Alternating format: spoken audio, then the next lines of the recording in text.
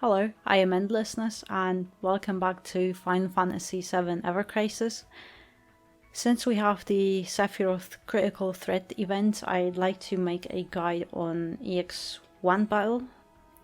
This one is pretty easy, however, by the way, EX1, the original EX1 in October, it was 105,000. It had the recommended power, now it's 150. It is substantially harder. However, with the level cap increase we have gotten over time, it doesn't really feel like it. However, you can use many setups for this battle because Sephiroth is immune to everything. And on EX1 and EX2 you don't really need circle sigils, so all you want to equip is the triangle and X sigil, that's all. However, the team I am using is Aerith, Sephiroth and Cloud, and I tried to power them down as much as I could. Also, Aerith is the only one that has the triangle and X sigil and also a Cura. However, if you have a Wind Sephiroth, so the Dark Harbinger costume and the Dark Heavens weapon, you are even better. I specifically try to give Sephiroth any other weapon, and also all my characters, they do not have a third sub-weapon. As you can see, I did try the EX1 and EX2 battle with only one sub-weapon, and I did it, so it is also possible to power down even more. However, if I remove a second sub-weapon, my damage goes down to only 2000, and from what I seen, what I experienced, the battle was still the same, it was just a little bit longer, so I will not do that. However, yes, 2.6, and I would suggest for this battle to be at least 6000 HP. If you have 7000, that's even better. However, also the only essential thing is on Sephiroth, the Torn Wing. This is the Sephiroth event weapon, and I would really recommend putting it on Sephiroth. You will use some DPS on him, however this weapon is amazing defense against Sephiroth's Octa Slashes. They hurt a lot and this weapon makes them hurt less. Also, both my DPS characters, they do not have a sigil, because Aerith will be breaking those sigils, and Sephiroth with the materia Wind and Earth, same as Cloud, Wind and Earth, they will do DPS during those sigil phases. You could break those sigils as soon as you can if you put those sigils on your characters. However, you can also do DPS there. But also, as you can see, my Shinra Blade was OB6, now it's OB7 because I got one copy from the free pulls. However, Cloud also 2.6, and it is only OB1 Zidane, so it is nothing amazing. And also Aerith, with none of them have any summons. Aerith has just the healing wind in case you'll need more heals, and I put the Ardent Flare on Sephiroth just to boost his physical attack and magical, but I do not think I'll be using the limit breaks in this battle at all. However, it is very recommended for you to use them as soon as you get them, because that's the extra free DPS.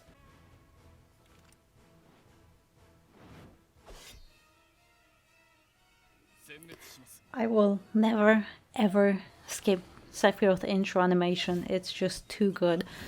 So at the beginning of the battle, you just want to switch to Aerith or your healer, and you can keep there for the entirety of the battle.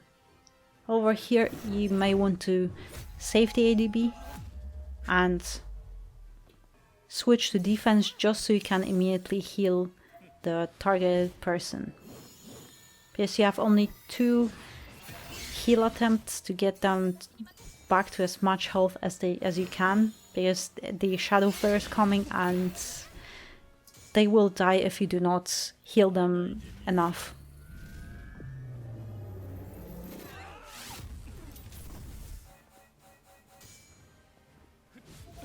And right now, also, you do not need to micromanage your whole team with this setup. With the materials and the weapon abilities, they are pretty smart, so you can just keep on Aerith. But also here is the first sigil phase. As a healer, you want to help them a little bit. Sephiroth and Cloud, they will just keep doing the Quake. However, they cannot break the sigil phase by themselves, so as a healer, if you have to heal, heal.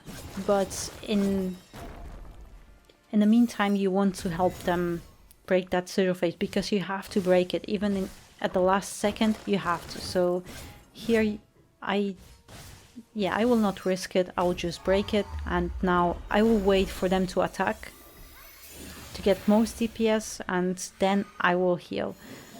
Now I'm also waiting and healing. And now I will save the ADB again, just to see what happens next. Now it's again the Heartless Angel. Aerith will get targeted, so save the ADB to recover with Cura. And you can switch to defense. It doesn't matter what you do. The targeted character will always end up at 1 HP. However, if you are already in the defense, then you can heal faster. And now Shadowflare comes. I will not use my limit breaks, however you should. And we should be fine.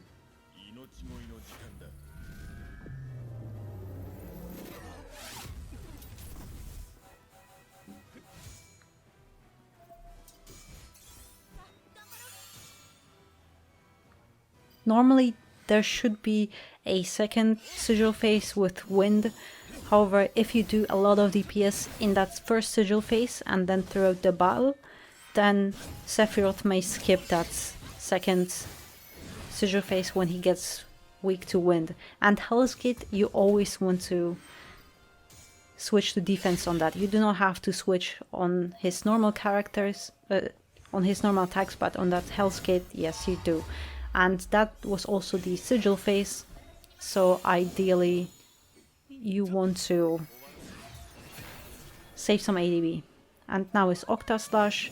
We are fine, so we should be good. However, I will switch to Sephiroth just a little bit, so Cloud gets some physical defense, because Sephiroth lowered our physical defense, so I wanted to buff him a little bit.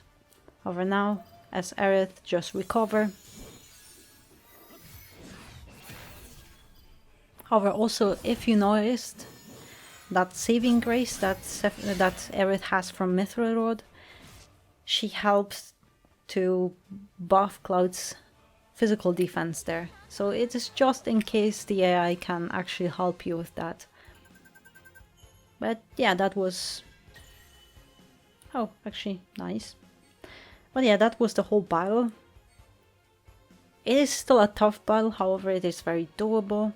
And if you are a long-time player, you should not have any issues. However, some people might. It just depends on your account progression. However, I hope you'll be able to win that battle. And